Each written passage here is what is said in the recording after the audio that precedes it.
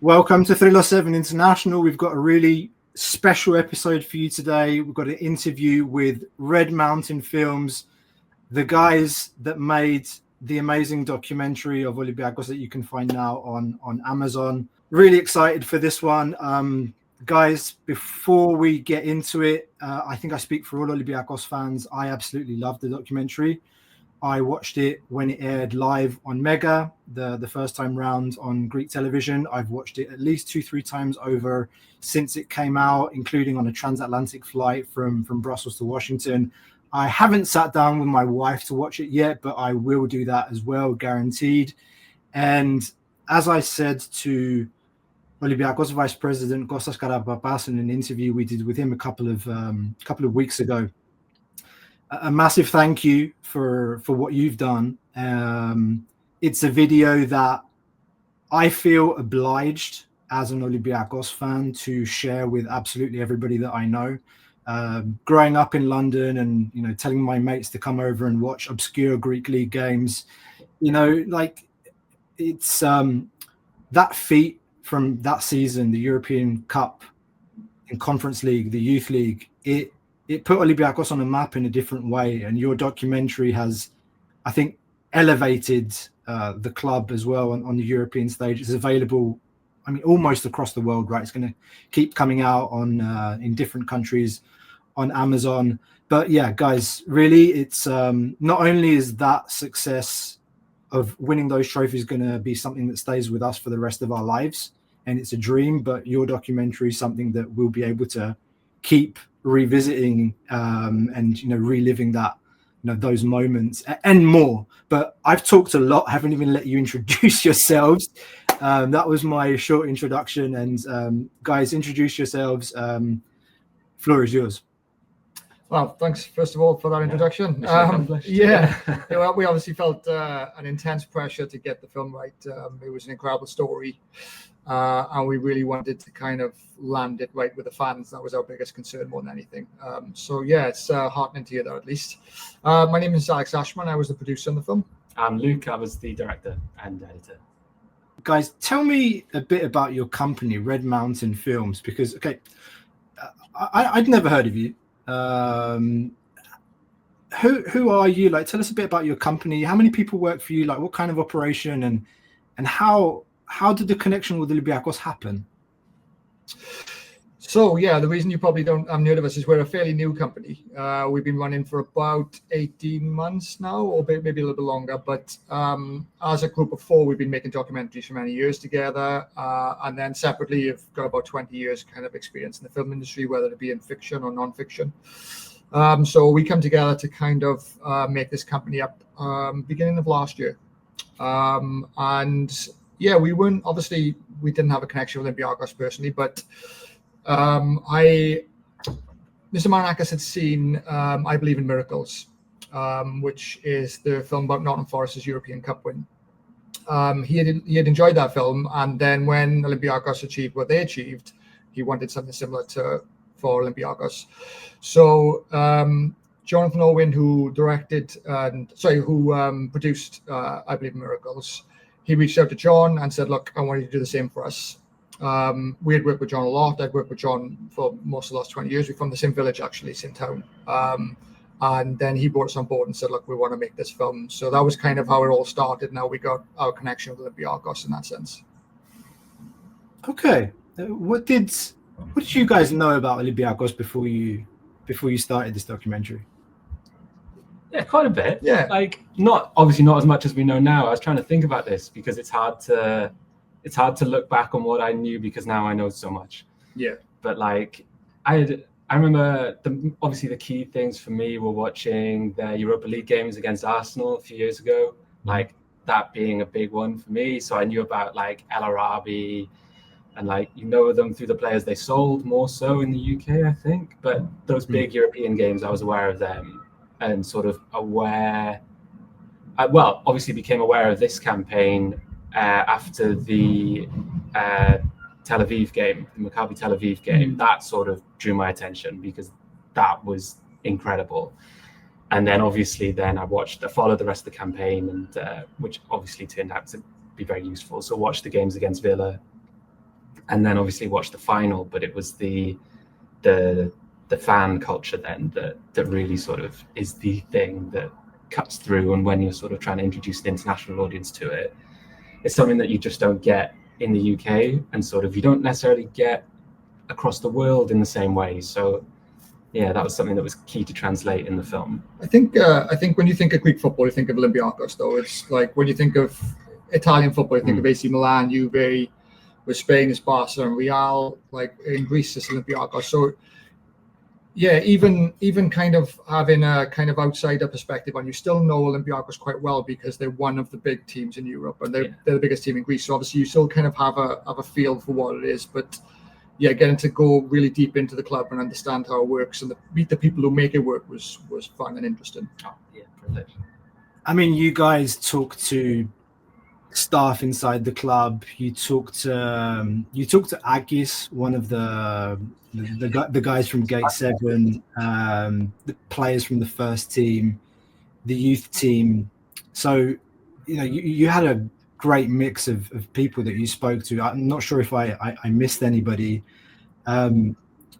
You guys talked about the fan culture, and being somebody that grew up in the UK myself, I didn't get into football until I would say relatively late. I mean, six or seven. Like the first time my dad took me to the old Karaiskaki.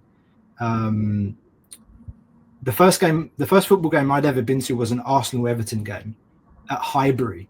And I remember it being incredibly dull, incredibly boring. George Graham days, was it? It was George Graham was the manager. Yeah, that makes sense. Like Steve Bold was playing at the back, kind of rigid 4-4-2, lobbing the ball up in the air, direct football. That's before the Premier League really started. It started evolving with Eric Cantona and all the way up. My point was that the first time I set my foot in the Karaiskaki and kind of saw the people, the fan culture and the atmosphere, I just remember something lighting up in my brain or in my soul that was like, oh, that's my Greek side. It's like that's where the fire is. It's like, and so I'm saying that because I want to ask you, have you been to Karaiskaki yet? Have you been to a proper game, like a big game at Karaiskaki? Okay, tell me about that. Yeah, we went to 3. We shot at 3. Yeah, so we shot at 3 games, and the first one was a league game against Acropolis, and we were taken. Well, sort of had expectations. We've done lots of shooting at football games before. We've done lots of work with like the Football Association of Wales, and so we've filmed big internationals before and have lots of experience in filming football at all levels, really. And I'd never sort of just been dropped basically on the bench, like used to sort of being cornered off or having sort of being in a sort of photographer's corner or sort of, and we were taken down. It was a Sunday afternoon, and so we were prepared. We were ready to shoot a European game then against Braga a few days later. So we were like, right, that's our main filming day. So we were prepared. We'd sort of been prepared, like the atmosphere on a Sunday is not quite going to be like the same as obviously on a massive European night. But I was blown away by what the atmosphere was like, pitch level on a Sunday afternoon, like for the full 90 minutes, and basically just being on the bench. Like, yeah, so that was a real moment for us of like, oh, okay, this is something new, this is something different. Yeah, it was funny as well. That first game, we were kind of told, just be careful, don't get too close. So like, the kind of Gate 7 area, it gets a bit rowdy and it gets a bit excitable. Just kind of give yourself some distance. And our director of photography, Vicky Morton, was within about 2 minutes, was right in there. Like, and I was, I was supposed to be. She just got drawn to it. You could just see I couldn't stop walking towards it because it's just so lively. She just was straight in there. I couldn't wait to get inside. But from a storytelling perspective, then because we were right down on the pitch basically for the first game. The second game was the Braga Europa League match. And we had a sort of split team. So we were up in the stand and director of photography and the rest of the crew were down at pitch level, getting those shots of the crowd that you see at the start of the film. And getting all that sort of beautiful slow motion stuff. And it was one of the most important experiences, because obviously, like you mentioned, all the people we spoke to, there was nothing that informed and sort of was like that sort of light bulb moment you described, like seeing the way the fans respond to the players, respond to the managers, respond to the manager. And it was one of the key things was seeing, it was Mouzakitis' European debut. So our first game was Mouzakitis' first game.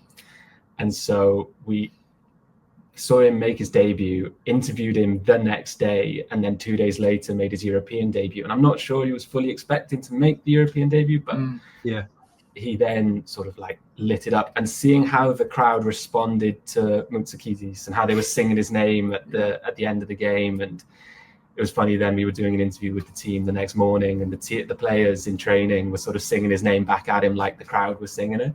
So like it was great seeing those relationships between the fans and the players, realizing sort of who they respond to and the different treatment, not different treatment, but like that extra love that the Greek players got, like sang Sotiris' name even more, sang, you know, clearly loved the youth as well. So that really informed how we portrayed the youth team and those sort of relationships between the fans and the players throughout the film.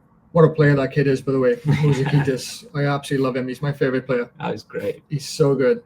When it comes to Greek talent, actually, if you look at our national team, we've sucked for a long time.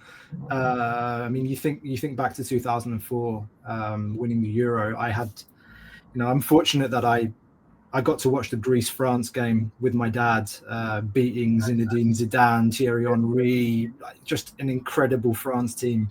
And then watching the final at the Dalloz with my dad. I got to watch that, and 20 years later, I got to see the Conference League final again from inside the stadium with my dad.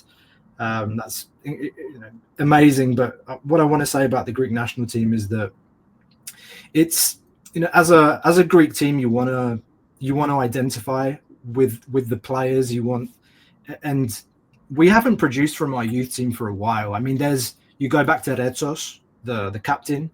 He's a youth product. Yeah. But since his generation, like, we haven't seen players like Mouzakitis and Kostoulas burst through. And in general, we're not a country that produces the best attacking talent. We're mainly known as a defensive country. But I tell you this now, if you watch our national team now, the attacking talent is insane. Yeah. And Kostoulas hasn't even been called up. Yeah. And Mouzakitis is just breaking into it. So that was massive. I mean, last season, both of those boys, we were expecting them to get 10, 15 games in the first team was my kind of expectation. I thought, look, after winning the Youth League, there is absolutely no way that you don't give them a chance, that you don't give them at least 10 games. And they went above and beyond. I mean, Costa. They look like they belong to be there. That's the thing. They basically undroppable. They belong to be in the team. And we were talking about this the other day. The Greek team, the national team now, is young and looks very talented. It's got a bright future, I think. Yeah. Led by the work the academies are doing. Yeah, and a lot of investment every year that Mr. Marinakis puts into the academy, and thankfully that's it's paying off. It is an investment. Investment doesn't mean that you get turnarounds immediately. It takes time, and those two players were players that broke through last season. Kostoulas getting a massive sale to Brighton, as you know. There's Pneumonidis that's breaking through into the team this year.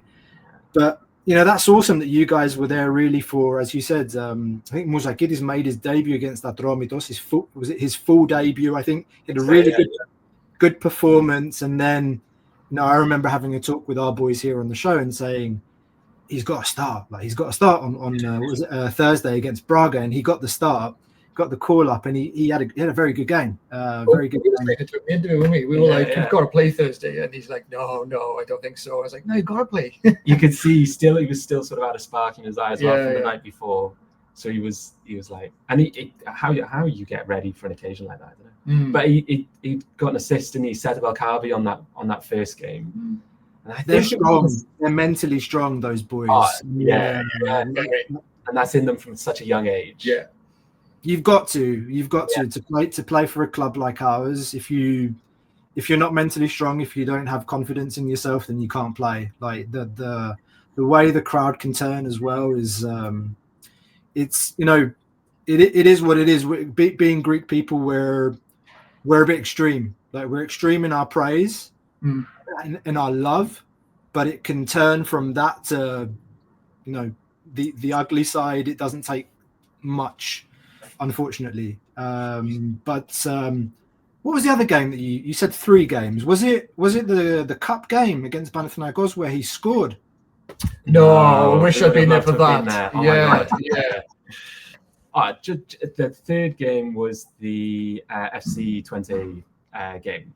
Okay. I think that was 0-0. Yeah, we were talking about this. We couldn't remember if it was 0-0 or 1-1. I think it was 0-0. I remember the save penalty. Tzolakis saved the penalty quite early on. We missed the penalty and they missed the penalty. That was the one. Okay. That was the only game we went to where we weren't working, so we just got to enjoy that kind of game. We did. Yeah.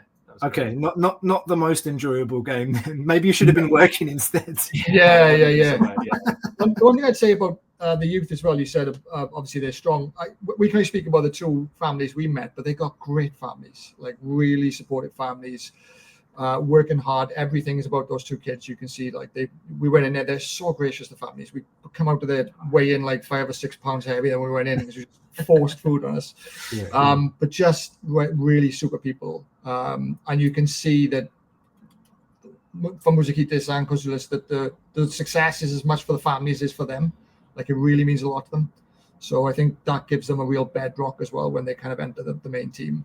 And just on what you were saying about the sort of extreme in the praise and the extreme in sort of the the criticism, perhaps it was so evident, and exactly what you were saying about the sort of excitement around Mouzakitis after that first game. Every touch he made then against Braga was huge, and I think it was in the first half he made a tackle and it just lit everything up. It got as much response to some of the goals. Like he made a tackle that was just like, right, here we go. And Braga,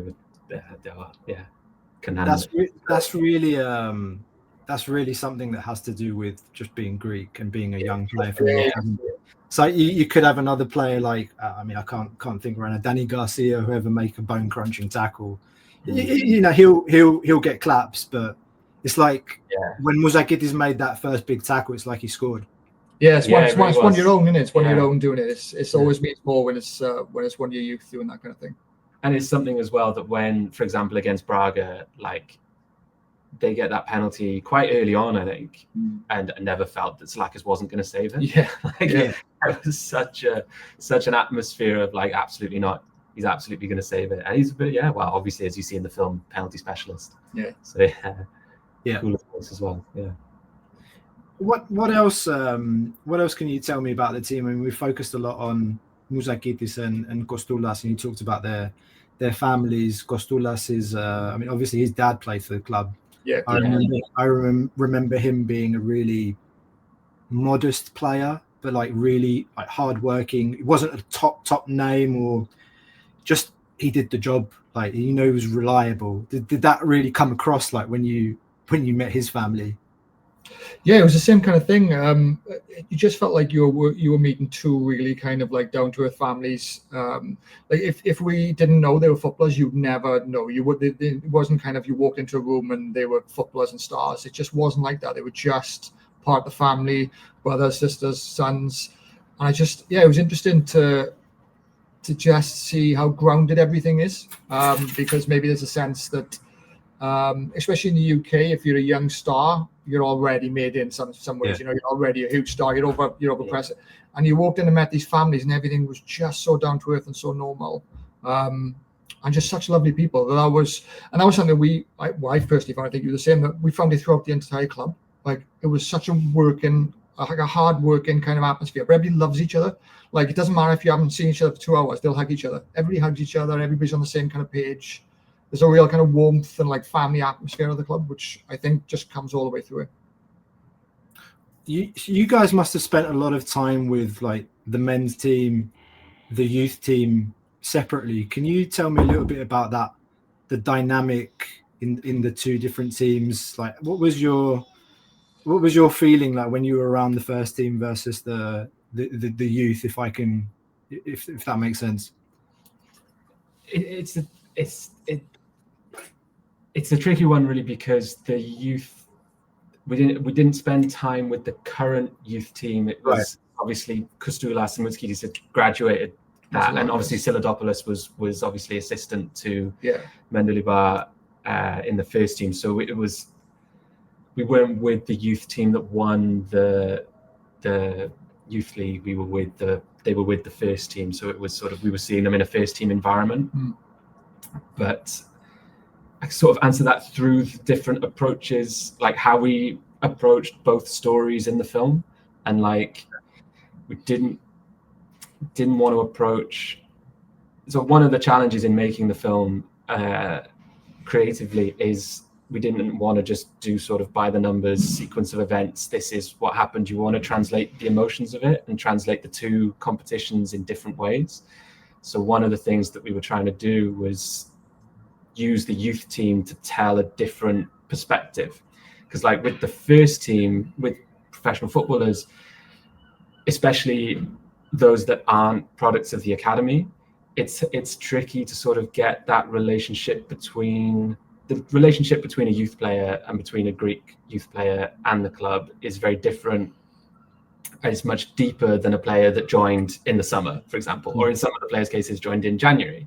They haven't had as long with the fans, they haven't had as long with the club, they're sort of in the middle of their careers, whereas for the youth team, there's this whole build-up. And so it was a connection almost to be like, they're the glue between the fans. It's what we've been talking about, really. It's they're the glue between the fans and what the fans bring to the team and what the players bring to the team. They are the fans on the pitch. So that's why we sort of chose to focus and why we chose to sort of approach the youth team from a slightly different tone. So it's Mouzakitis around the table with his family. It's more informal. It's, they're speaking from their homes rather than from the club. So you get that sort of an impression, not just of what it means to the players, but just how deep Olympiacos runs into the community and into the families and into people's homes. And it was something that really stood out to us when we were there that you can't get unless you're there, is like just the amount of like graffiti on every corner in Piraeus of like, you'll see them everywhere. Yeah, everywhere. 13s that are crossed out and 7 on top of it. Yeah, so that's not quite to answer that question, but with a different sort of way of sort of the difference between the two teams and how we sort of told the story.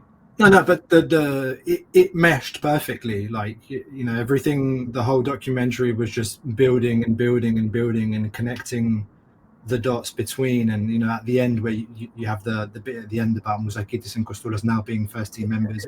It was great, guys. I mean, I'm not going to heaping more praise on you, obviously. But no, I've got a better question, maybe more challenging for you.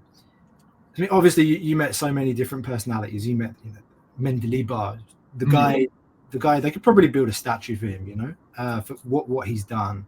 The president, obviously, staff around the club, Arabi, Mouzakitis, like all these people. Sylaidopoulos. How would you like? I'm really interested in Sylaidopoulos. I think he's somebody that has a very, promising career ahead of him. How would you describe him in 3 words? Oh, 3 words. Well, this is an easy one, but like I'll think of a better answer. But very talented coach is obviously the first kind of thing that pops into mind. When you speak with him, he seems like deeply knowledgeable. Like when you're having a conversation with him, it's almost like you're learning off him a little bit. And he'll give you answers that make you think as well. You think, oh, okay, well, I really thought that. He seems deeply connected with the players. Like the kind of kids seem to love him in the youth team. Yeah. I think that says a lot. And obviously the fact that Mendilibar wanted him on the first team staff also kind of says a lot. 3 words. I'm trying to think. Like he's very cool. He's very cool. Yeah, he's cool. And there's like, especially with youth coaching as well, and I think it comes through in the film, hopefully, that there's an emotional intelligence, on how he manages his own emotions. Now he's conscious of that in front of the players in a game situation, and sort of keeps really high standards, but also keeps perspective. That was the impression that we got, and is sort of it's the impression he gave in the film is how he's sort of not phased at all by taking on these big teams, and keeps the togetherness that they have in that team. Obviously, is really special, and has translated well into the first team. So I forget that 3 words: cool. Like, no, that's good. No, that's fine. He's got a very natural kind of like poise to him, and he's very kind of like in control in the moment. He's got charisma. Would you say he's got charisma? Yeah, definitely, very much so. He's really good. He was one of our early interviews. I think it was like our 3rd or 4th interview, something like that. Really? And when the interview finished, we just like looked at each other and went, "Well, he gave us so much. We're like that. If we don't get much anywhere else, we've got so much to build from there." It was really reassuring, because it was, as you said, it was early in the process, and so especially as outsiders to the club, sort of trying to make a film that translates internationally and sort of is for fans, but also is for people who've not necessarily been involved with the club before. So there was a little bit of not just trust to be gained on our behalf, but trust from them to us, and we sort of everything sort of clicked from that one onwards. It was like, okay, we're in a good place. We've got a really good one in the bag. To speak so intellectually and emotionally well in a second language as well. We were just kind of that's great. Superb. It's better than mine. But something stuck with me from among the many things he said. I think it was his reaction in the final war against Munich. He said after the first goal, he didn't want to show his emotion because he didn't want the players to get overly excited and just stick to the game. And then same thing with the second goal, and it must have been the final. Bakula scores the scissor kick, and then he's like, okay, now I can show emotion. So that's fine. I remember that stuck with me. And also another thing he said about the most important thing, one of the most important things in football being that once you score a goal, the next 2-3 minutes right after are the most important. You've either got to go out and get another goal immediately because the other team's a bit shell shocked, so you've got to go and try and hit them again. And that's exactly what we did. And it's just like, oh my god, this guy. Like I said, we've got big expectations for him. Obviously, he's at Rio Ave now, which is part of the bigger multi-club ownership family, and maybe one day he does come back to be Olympiacos coach. And we don't really have Greek football coaches on the international scene, so obviously wish him the best over in Portugal, and who knows, one day we might see him back after Mendilibar leaves, whenever that is. Speaking of Mendilibar, slightly different, right? I loved him. What's the contrast there? I loved him. It was such a gift, because it's tricky, especially as doesn't speak the language at all, does he? Does he speak any English? I think his English is he can understand a little bit of what's being said, but he would want a conversation in English kind of thing. But from my experience of interviewing managers, not that he was very, very generous, but also I get the sense that that's what he's like as a guy. There's no nonsense. He's just to the point, but it's all with a good perspective as well. So he's not phased if things are going too bad, but he's also not over himself if things are going too well. But some of the things that we got from that interview are never expected. And was key to sort of. I wasn't expecting to get quite so much personality out of him. Really, wasn't expecting to get quite as much as we did in terms of I think the thing that stands out is obviously what he says about goalkeepers. And sort of with love, his perspective there. I think that's a great example of his personality. Just to shout out somebody as well. We had Marina, who was works at the club, obviously, and was basically doing our interviews with the staff when we needed somebody to speak. She speaks 11 languages or something crazy, and she was doing the interviews for us. And Mendilibar kept answering, and she just kept laughing and giggling all the time, and looking back at us as if to say, "Can't put that on the film." He's a real character. It was funny because he was kind of the one we got to speak to the least because he's so busy, obviously. And also he's speaking in Spanish, and so we couldn't really converse with him that well.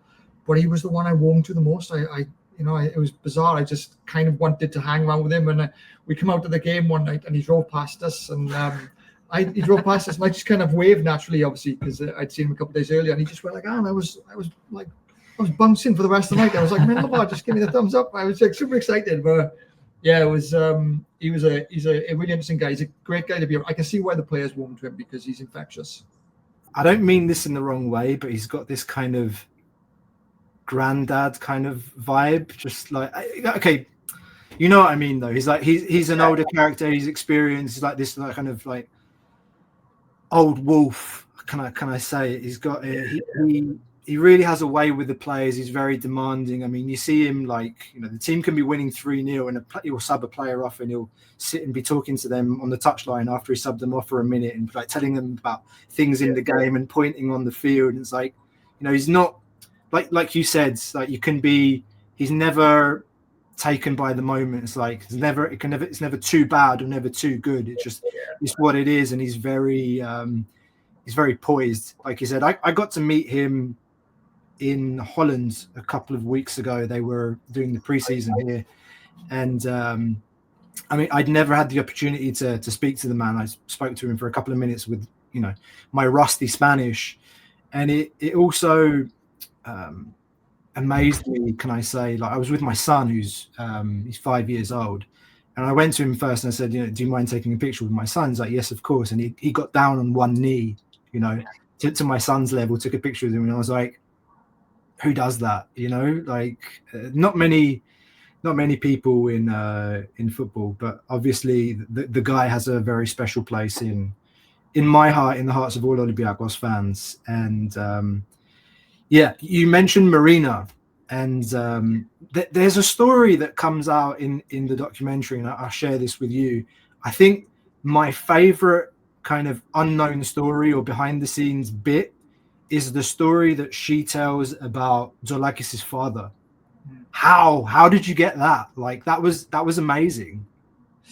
It was almost something that kind of she almost forgot, I think, because we were interviewing Marina, and she said, "Wait, I just remembered something," and it was kind of come to us. So it was almost like a gift, really. As soon as she kind of told us, like, "Oh my god, okay." And then we searched everywhere for footage. Can we find footage of it being handed over? But it's just not on camera, unfortunately. But yeah, he got it round his neck really, really closely in the final. I think he's got it round his neck after full time. Oh, is he wearing it? Okay, no, I think so. It's really hard to sort of find. And obviously the cameras are so far away during the shootout, they're not sort of focused on his hands, obviously. But we were really lucky that we interviewed Marina before Tzolakis, because if we got Tzolakis and then Marina, I'm not sure it would have come up. Right. But yeah, it was a total gift for Marina, that story, and it was it really opened up the edit in terms of pacing the shootout, because the shootout, even if you just watch it as a shootout, I think the full thing's on YouTube. Like, yeah, it's fantastic. It's an incredible shootout. So to have that detail for it, and it speaks to I don't know if superstition is the right word, but superstition. But I think there's another word for it that was used more in Greece. It's on the tip of my tongue. It's superstition, but it's not. It's a little bit different to just superstition. It's a cultural thing. Yeah. And oh my god, is a huge part of the culture, definitely. And so it was great to get that story in there, sort of to represent that as well. But yeah, no, it was a fantastic gift, that story. Very lucky to get it. Yeah. That is really fantastic story, like you said, and it's a player that has been at the club since he was 16. And before Mendilibar threw him in that game against, I think his first game was Maccabi away. Yeah. He threw him into the team. And then the rest is history. And we talked to Youssef El Arabi a couple of years, like after the final. One of my friends, from the podcast was behind the scenes media, and El Arabi told him Tzolakis changed the season for us. His words, like everyone's kind of obviously focusing on the manager El Kabi, but it was, and this isn't public knowledge, like he hasn't given us on the record interview, but he said like the boy changed our season. Like you guys got to meet the guy. What's he like?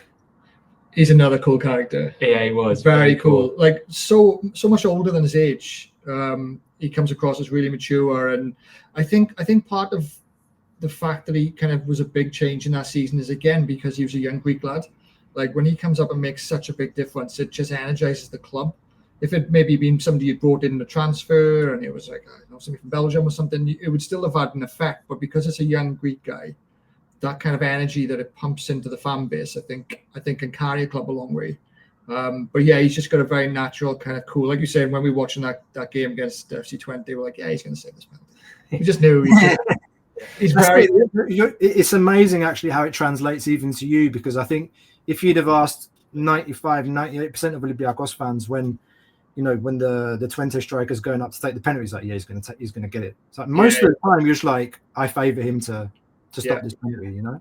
Yeah, and the team made a very slow start in that game. Like Twente came prepared and they knew how to the game, like absolutely did. And the team had made a slow start, so still to get that support behind him when there's clearly like a come on boys, this isn't good enough. Like, said a lot. But with Tzolakis, again, very generous with the stories that he gave, and sort of was refreshingly like unguarded in a way. Like you can sometimes ask footballers sort of like.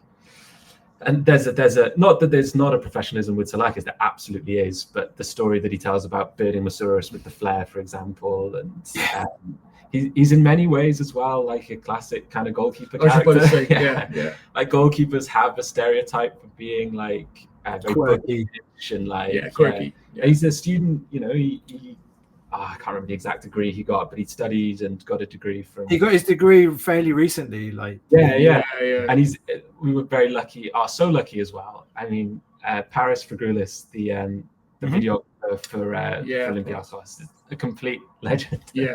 And sorted us out with so much, and we learned so much from speaking to Piraeus, and was a huge help with the film. And he had footage of everything. So nice. For the game. It's in the film, but for the Fenerbahce game, as they're flying to Turkey, he's on the plane reading his books and studying. So like, it's great to even have footage of that. Big shout out to Paris as well, also by the way, because this film wouldn't have been where it would have been without his kind of footage. It was incredible. Yeah, that's awesome. He's been around for a long time. I don't know if you. So I'm in the video a couple of times. I don't know if you recognize my face. I did know. Yes, no, you did know. Yeah, you did say it. Yeah. You did say in the final, right? Yes, of course. Yeah. So there's like 2-3 shots from the final. There's one during the VAR call where I'm just like, that's right, like that, and then there's me bawling my eyes out. That's right. Yeah.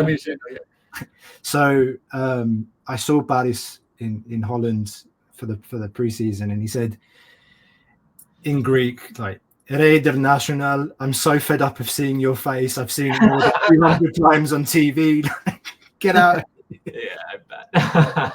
But he's a good guy, man. That's awesome. Yeah, I can imagine he does all the video work behind the scenes at all the games. It's like such a high level too. It's such a good quality work that he does. A busy week with all the incoming transfers as well. Yeah. Oh, with Piraeus, Piraeus there was a good tweet the other day from Copa 90.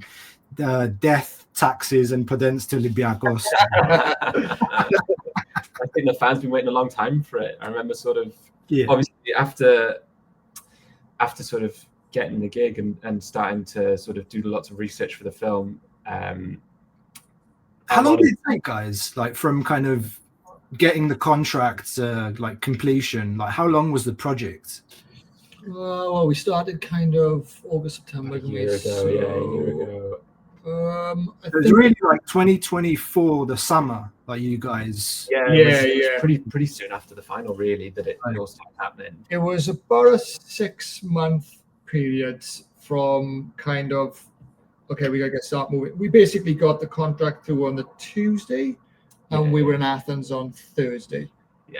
So we jumped straight into it because we obviously these things take a lot of time, and there was a lot of work to do. So we didn't want to hang about. We wanted to get straight into the action, essentially. So with everything, it took about 6 months, I'd say. And then there's a kind of delay on kind of getting things onto like streamers and stuff because there's processes you have to go through. So but probably done around February, March-ish. About that, And then some extra work on top, and then going into April and May. And so you would have seen it, for example, on Mega before it went out on Prime. Yes. Yeah. Of course, it took. I think the time between the launch on Mega, I think that there was a rerun of it like the week later, and then there was. I think it took like a couple of months from Mega to Amazon. It was available in the UK, I want to say, first before they like Greece, Australia, New Zealand, the US, Canada now. I understand, again, it's mainly Amazon's targeting to Greek communities abroad in English-speaking countries first, and then it will trickle down. So yes, there's people, guys, that want to watch it, like that are in Peru, that are in Poland. We've had emails, so many emails come through saying, where can we watch this year? Where can we watch it in the Netherlands? Where can we watch in Bolivia? So yeah, we're aware that it's kind of got a much wider audience waiting for it, essentially. Guys, kept you around 40 minutes, a little bit. You got 10 more minutes, 10, 15 minutes? I could talk to you for a long time. Like, I wish it was over a beer. Oh, no. Well, however long you need us. Great. Tell me, like, you guys spent a lot of time in Greece, obviously. I understand you spent a lot of time in Piraeus.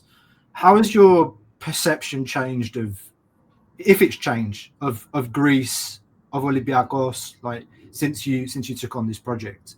And you told me off camera there's a story you wanted to share. Tell me this one. Yeah. Well, let's do the perceptions and stuff first, I guess. I've spent a lot of time in Greece for various different reasons, so I kind of knew the culture kind of well, and I spent like months at a time in different areas in Greece, so I kind of knew the culture quite well. I think how much the club is Piraeus was a surprise. Not surprise, but it's even more embedded. Don't appreciate it till you're there. Yeah, you don't understand how much of Piraeus and Olympiacos is the same thing.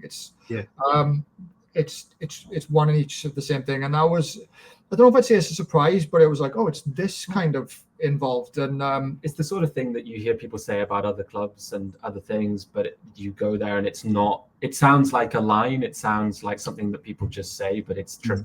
It is genuinely true. Because it's not a big area. Piraeus says in the film that you obviously you speak from football about coffee in the morning till dinner in the evening, and it's true. It's exactly what it's like. And I think the perception thing for me, which was interesting, was that Olympiacos is this huge club. I kind of mentioned earlier on, but it's a huge club. But you go inside and you meet everybody from the president to Verushka, who is amazing. I cannot sing Verushka's praises enough. Again, this film doesn't happen if it isn't for her work. She's incredible. Down to Dimitri, who's working in press, and to Paris, everybody, to the coaches, the players. It's a family. And it's, again, sometimes it's a cliche you hear in certain circles in football, or we're a family club, and you go there and you're like, no, not really. Olympiacos is, like I say, sometimes they'd see each other every day, but every day would start with a hug. Everybody hugging each other. There's just such love between everybody, from staff to the players. That was eye-opening to me, because it didn't, like, sometimes it's almost like a marketing ploy. We're a family club, but at Olympiacos it's not. It is a family. It's that was a real eye-opener to me. It was interesting to see.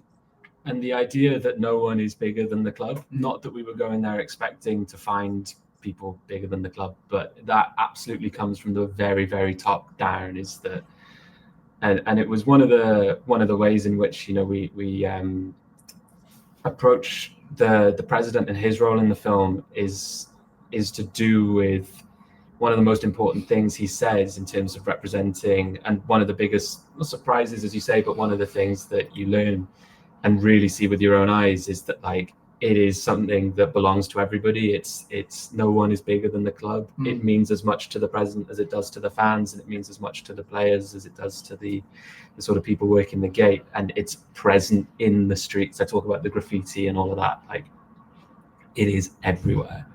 I would say meeting the president actually was interesting, in that was the only time we, like Luke mentioned earlier on, we've worked with the FAW, and we've worked with big kind of clubs a lot, so we kind of used to being around footballers and the clubs.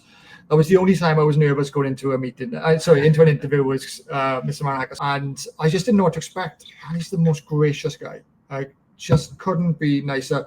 Invited us to the game after. We weren't due to go to the game. We were going to film the interview, and then we were going to pack up, go home, and fly home the next day. But he's like, no, you have to come to the game.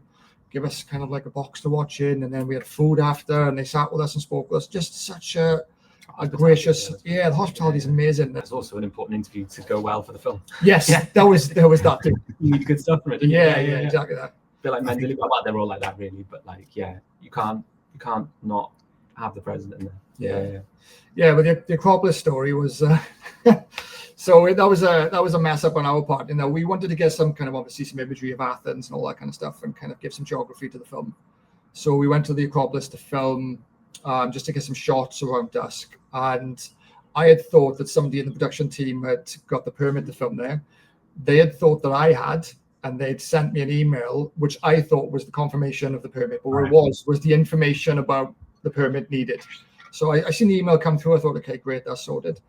Then we turn up, we start filming. Somebody comes on to us straight away, like, what are you doing? And I'm like, it's okay, we're doing this. We got a permit and stuff. And I open up the email and I think, oh God, straight away. I'm like, I know it's not the permit. And he's like, come with me. And they were straight. Yeah, like within 10 seconds of us setting up, they were camera barely out of the bag. Yeah. So I'm in the office and this guy just starts shouting at me. And rightly so, like, you shouldn't be filming this area without permits. Yeah. And he's shouting at me. He's just going crazy. And I just said, look, I'm really sorry. I don't mean to be rude, but I don't understand it. Obviously, my Greek isn't good enough. Can you kind of tell me in English or give me an idea? I knew what I was doing, but I was trying to... You were screaming at you in Greek. And he said, you just can't do this. You can't come here and film. I was like, I understand totally. Yes. And I said, look, I got the email through. I thought it was the permit. I understand. It's our mistake. We'll just leave. And oh God. And he said, what are you doing here? And I was like, oh, it's part of the documentary we're making for Olympiacos. And he said, for who? I said, for Olympiacos. And he said, you're making a film for Olympiacos? And just at that moment, Verushka from the club WhatsApped me. And she's like, oh, we set up a meeting for you tomorrow. This is going to be an interview. And I was like, oh yeah, like I just had a WhatsApp through now saying that we got an interview tomorrow with one of the members of staff. And he's like, look, my friend, it's okay. It's no problem. And I was like, okay. And he puts his arm around me and he's like, don't worry about it. It's a misunderstanding. And I'm like, is this the same guy? And then he walks out with me and he's like, I am Olympiacos. I was like, okay. And I was like, okay.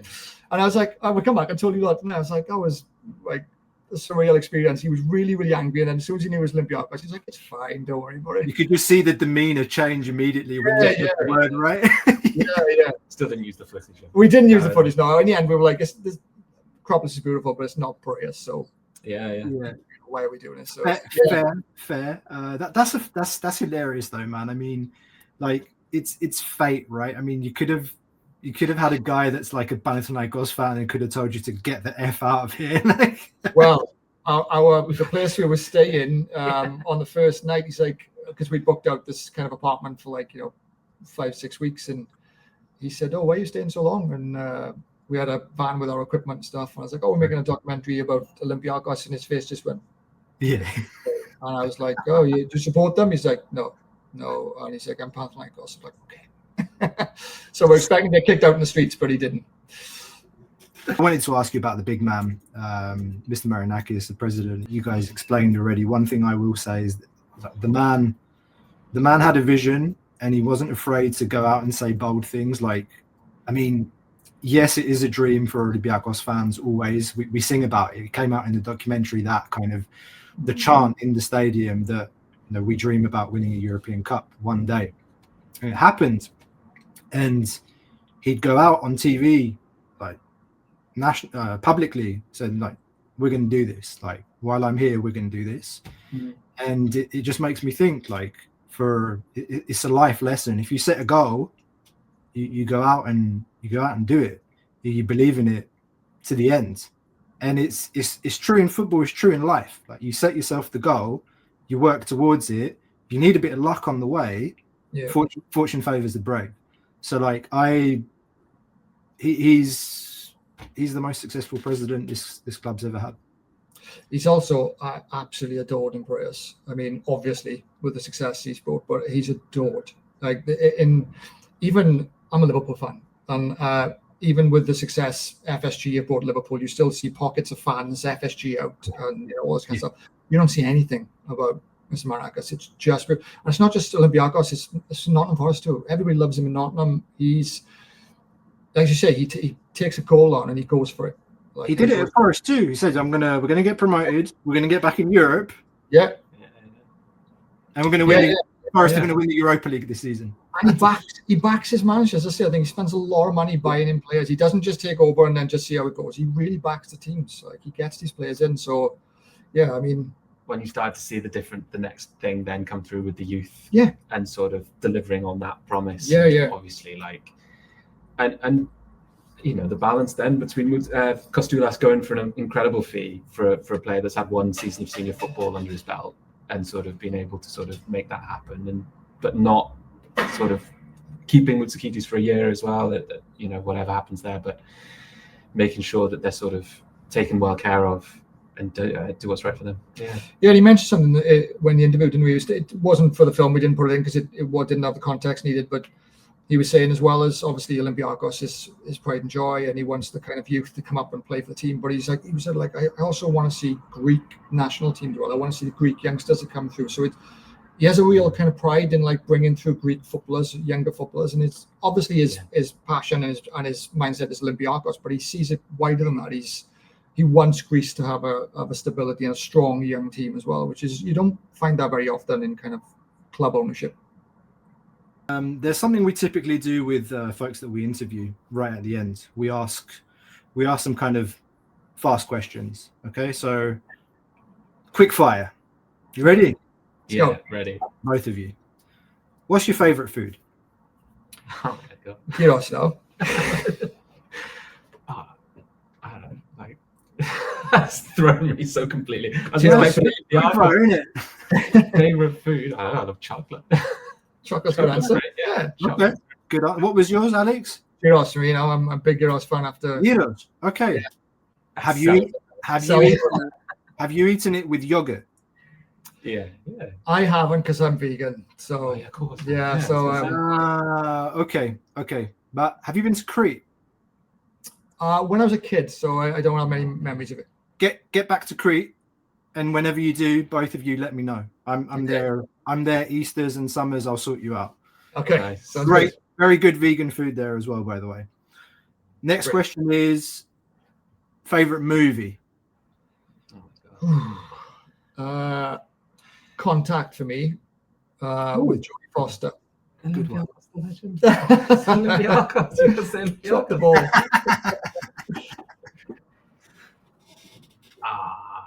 I say School of Rock. There you go. School of Rock. Okay, Yeah. wow. I'm a big Chris Nolan fan, so I think for me, like I watched Interstellar in the cinema for the first time about 5 or 6 months ago. I think it was the 10-year anniversary or 20 years. I can't remember. Blew me away. Yeah, Interstellar was the other film I was thinking. I'm a big sci-fi geek. I love space films, so it was like Interstellar, Contact. Yeah. A colleague of ours actually did the same thing, and she came in because was it 10 years ago? Yeah, Vicky. Yeah. Came in and was like, wow, that was a life-changing film. No, it just like I remember coming out of the cinema and just being like, oh, it's incredible. It blew my mind. Like I came out and the world wasn't the same. It's like, what? Yeah, he's an unbelievable filmmaker. Yeah, I need to revisit it. Favorite footballer, guys? Mouzakitis. Who made you fall in love with football? Oh my God. All time. Robbie Fowler. I'm a Liverpool fan, so I'd say Robbie Fowler, I think. And then Steven Gerrard. I was obsessed with Gerrard. I got different ones for sort of different ages I've been. Oh, and Zidane. So I did love Zidane. My first sort of pet was called Zidane. Yeah, I forgot what Zidane was. Zidane. Oh, that's too tough a question. It's harder than the film question. Like a Welsh man. I've got like Joe Allen. Yeah, Joe Allen. Swansea days. Yeah. He played for Liverpool, didn't he? A little bit. Yeah, he had a couple of years for us. He started off really, really well, and then got injured, got hurt bad. Yeah, and he just didn't come back quite the same. He was man of match in the first 2 or 3 games. I'd say currently it's Nico Williams. I love Nico. Williams. Yeah. And plays for Forest. Yeah, he does. Yeah. But Nico for Wales, special. Yeah. Love him so much. Yeah. Good. But obviously, Mouzakitis. Yeah. Sorry, I realise this is not that quick fire. Is it? No, Turned into conversation. It's all good to see. You've got to build off the answers and keep it going. So, Alex, you're a Liverpool fan, and you're an Arsenal fan. No, I'm from Swansea, but you're a Swansea fan then. Yeah, but it's Wales sort of above everything else, really, in terms of sort of. It was an interesting thing actually to bring it back to the film. Was like obviously a lot of the work I've done has been sort of country before club, and it's different. I think it's different broadly in Wales than it is in England. In England, it's club before country, and it was very interesting sort of bringing that Welsh mindset to Greece, and sort of especially with the success that the Greek national team were having at the time and are still having, but like I think we're undefeated and having an incredible Nations League campaign, and just like this electric young generation coming through, and then trying to relate in sort of earlier drafts of the film was trying to relate that success to sort of, because in my experience the bigger picture is always the national team, but it was a very interesting learning experience for me with Olympiacos. It's not the case. It's club first, yeah. And then sort of appreciating the size of the club and how that doesn't compare to Swansea City, kind of. Yeah. Levels of magnitude. Yes, definitely. Hugely. That was one of the biggest learning experiences, definitely. Well, not just as a club, but culturally. Yeah. Okay.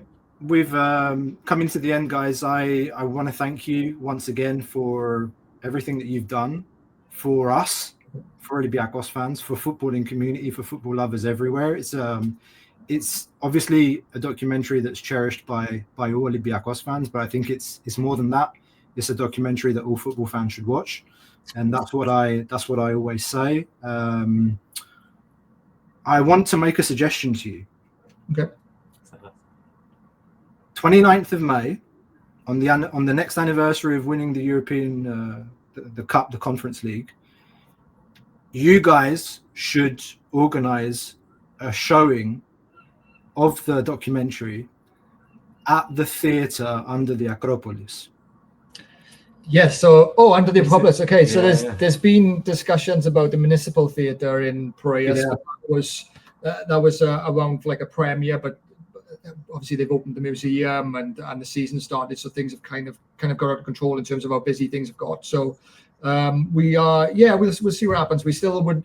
Our dream was to see the film with a Greek audience. That's the one thing. That's the one thing that we haven't had yet. Is to see it with fans. We would love that. Yeah, I mean, obviously, for reasons, municipal theatre in Piraeus would be probably even. It's in Piraeus, so you've got to put that number one. Like the theatre under the Acropolis is like insanely beautiful, in the centre of the city, location wise. But Piraeus hits different. I think we'd be led by the club wherever they think is the right thing to do there, just because, they just always make the right decision in these kind of situations. So. But it is a totally different experience seeing the film with a group of people. It's a totally different experience, and I'm desperate to do it. Yeah, it's the one thing we miss from the experience.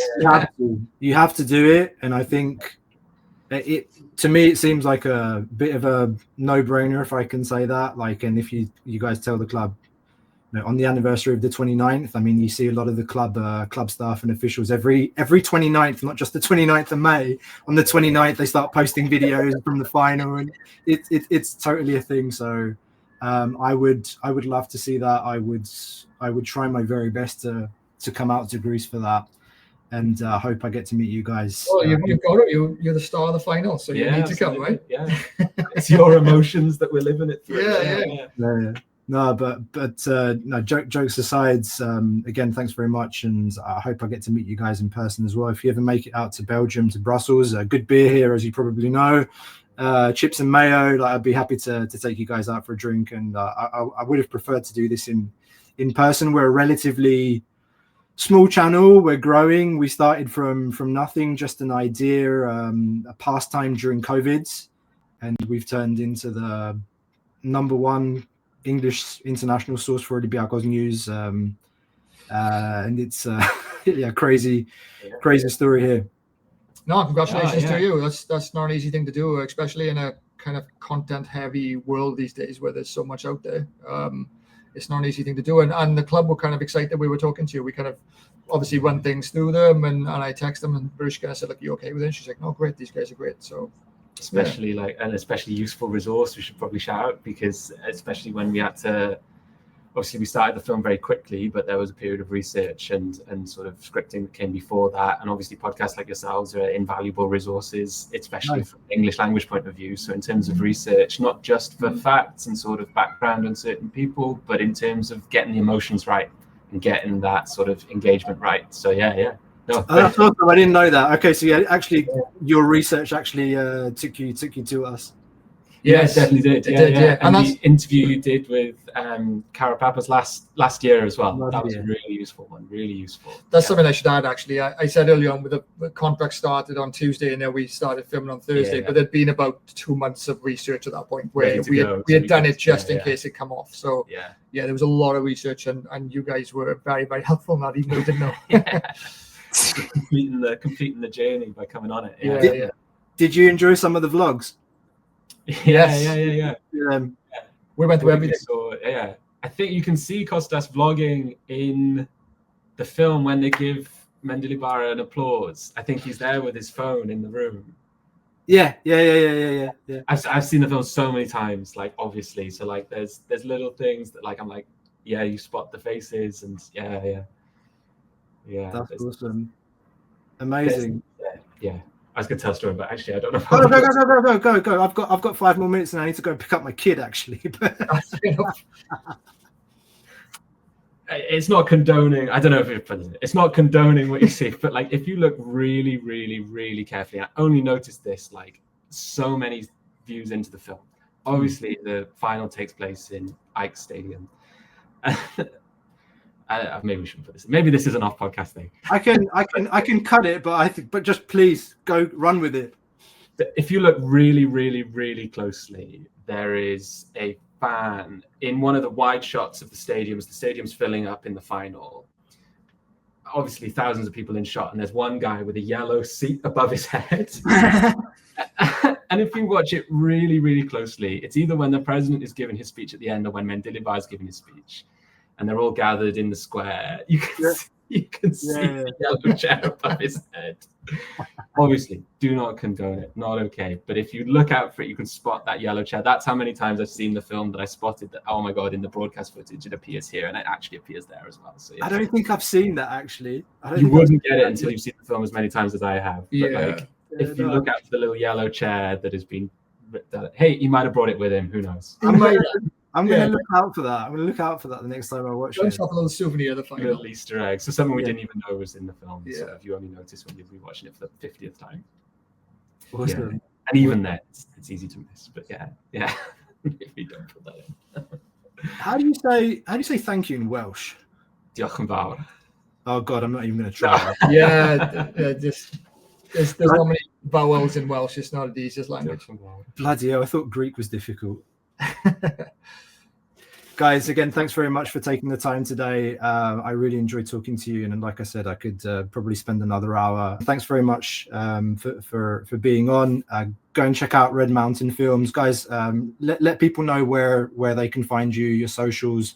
Now's your opportunity to plug your company. We're absolutely useless at socials. Watch the film. Watch the film. Just type in Red Mountain Films on Google and you'll go to our website and everything will be on there. I don't even know our handles. That's how little we kind of do social media. But go and check out Red Mountain Films and go and check out Olympiacos, the legend, available now on Amazon, streaming in different countries. Is coming to more. I mentioned earlier, England, UK, USA, New Zealand, Australia, Canada, and coming to more places. Yeah. Greece and Cyprus as well. Greece and Cyprus as well. Obviously. But yeah, thank you so much for your time, Costa, and really appreciate being asked to come on. If you've enjoyed this episode, I think everybody has. Don't forget to like it. Hit the like button. It costs you nothing. It means everything to us. Subscribe to the channel, hit the bell, get notified for more interviews and everything Olympiacos related. My name is Costa from Thrylos International, your #1 English source for all things Olympiacos. See you next time.